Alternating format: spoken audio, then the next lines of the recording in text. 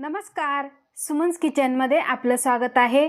आज आपण कोबीची भाजी कशी बनवायची ते बघणार आहे। अतिशय सोपी आहे आणि जी आपण नेहमी भाजी बनवतो त्यापेक्षा ही भाजी चवीला वेगळी आहे आणि करण्याची सुद्धा पद्धत वेगळी आहे। रोज रोज तीच भाजी खाऊन कंटाळा येतो, तर आज आपण ही वेगळ्या पद्धतीची कोबीची भाजी कशी बनवायची ते बघणार आहे। तर तुम्ही जर माझ्या चॅनलला पहिल्यांदा जर असाल तर सबस्क्राइब जरूर करा आणि बाजूचं बेल आयकॉन बटन प्रेस करा। तर चला रेसिपीला आपण सुरुवात करूया।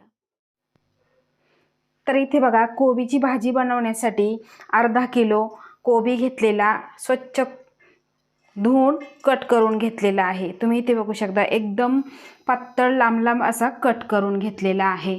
हा 500 ग्रॅम आहे आणि त्यानंतर इथे मी 100 ग्रॅम हा फ्रोझन वाटाणा घेतलेला आहे। तर चला आपण सुरुवात करूया। आता आपल्याला एक छोटंसं वाटण करायचं आहे। त्या वाटणासाठी इथे मिक्सरचं भांडं घेतलेलं आहे आणि त्यामध्येच आपल्याला एक मोठा टोमॅटो बारीक कट करून या मिक्सरच्या भांड्यामध्ये घालायचा आणि नंतर 2 हिरवी मिरची आपल्याला यामध्ये घालायची आहे आणि याची बारीक पेस्ट बनवून घ्यायची आहे।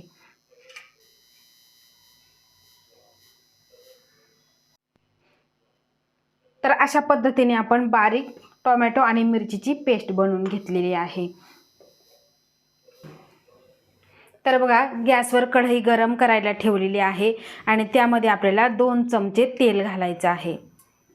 तुमच्या आवडीप्रमाणे तुम्ही तेल घालू शकता।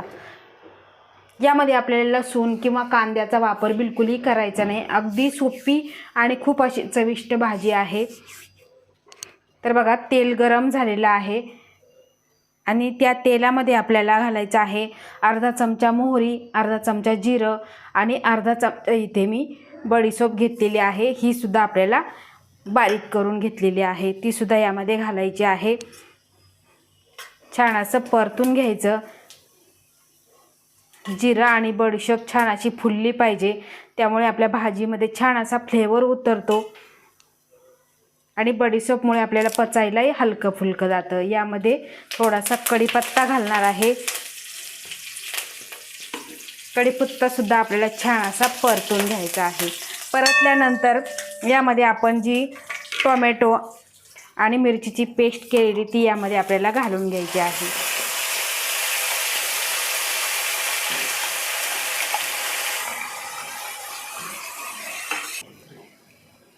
तर बघा, टोमॅटोची पेस्ट घालून आपण छान परतून घेतलेलं आहे आणि जे भांड्याला चिकटलेलं त्यामध्ये 2 चमचे मी पाणी घालून परत यामध्ये घालणार आहे आणि छान असं तेल सुटेपर्यंत आपण हे परतून घेणार आहे। तर त्यासाठी यावर आपल्याला झाकण ठेवायचं आहे। तर बघा, 2 मिनिटांनंतर पूर्ण पाणी आटून गेलेलं आहे आणि छान असं टोमॅटोची पेस्टला तेल सुटलेलं आहे। आता यामध्येच घालायचं आहे आपल्याला वाटाणा। तर तुम्ही इथे मी फ्रोझन वाटाणा घेतलेला आहे, तुम्ही इथे ताजा वाटाणा सुद्धा घेऊ शकता। आता हे सुद्धा परतून घेऊ।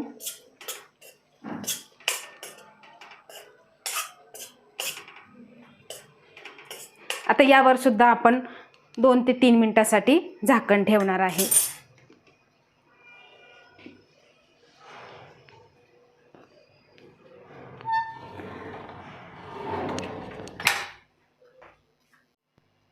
तर 2 मिनिटांनंतर तुम्ही इथे बघू शकता, छान असा वाटाणा आपला वाफून निघालेला आहे। आता यामध्ये घालायचे आहे आपल्याला काही मसाले। तर इथे बघा, अर्धा चमचा लाल तिखट घेतलेलं, अर्धा चमचा काळी मिरी पूड घेतलेली, अर्धा चमचा हळद, 1 चमचा धनापूड घेतलेली, अर्धा चमचा इथे भाजलेली जिरा पूड घेतलेली आहे। आता तुमच्या आवडीप्रमाणे तुम्ही इथे मसाले घालून घ्यायचे आहे। आता यामध्येच घालायचं आहे चवीपुरतं मीठ। आता हे सर्व मिक्स करून घेऊ।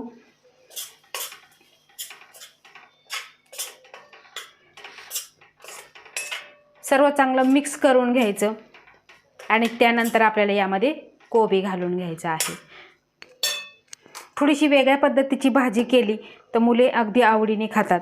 तुम्ही ही भाजी डब्याला न्यायला खूपच सुंदर आहे। प्रत्येक वेळेस आपण मुगाची डाळ किंवा चणा डाळ टाकून करतो, पण ही वेगळ्या पद्धतीची भाजी तुम्ही एकदा नक्की करून बघा, सर्वांना खूप आवडेल। आता सर्व कोबी आपण यामध्ये घालून घेऊ। कोबी असा पातळ कापला की खूप छान आणि पटकन असा शिजला जातो.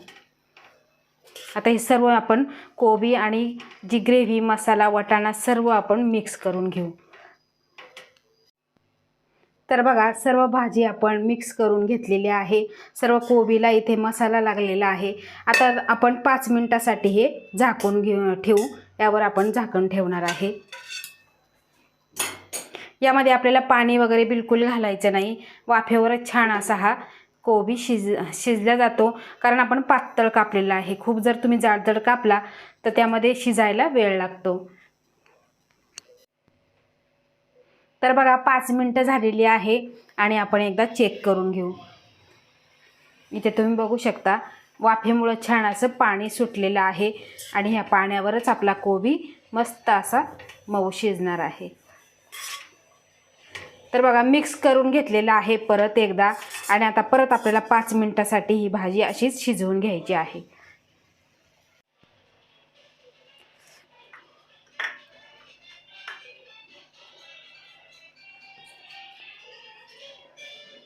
तर तुम्ही इथे बघू शकता 5 मिनिटे झालेली आहे आणि कोबीसुद्धा आपला छान शिजलेला आहे. आता यामध्येच आपल्याला घालायचा आहे अर्धा छोटा चमचा गरम मसाला आणि भरपूर सारी कोथिंबीर टाकायची आहे आणि हे सर्व मिक्स करून घ्यायचं आहे आपल्याला.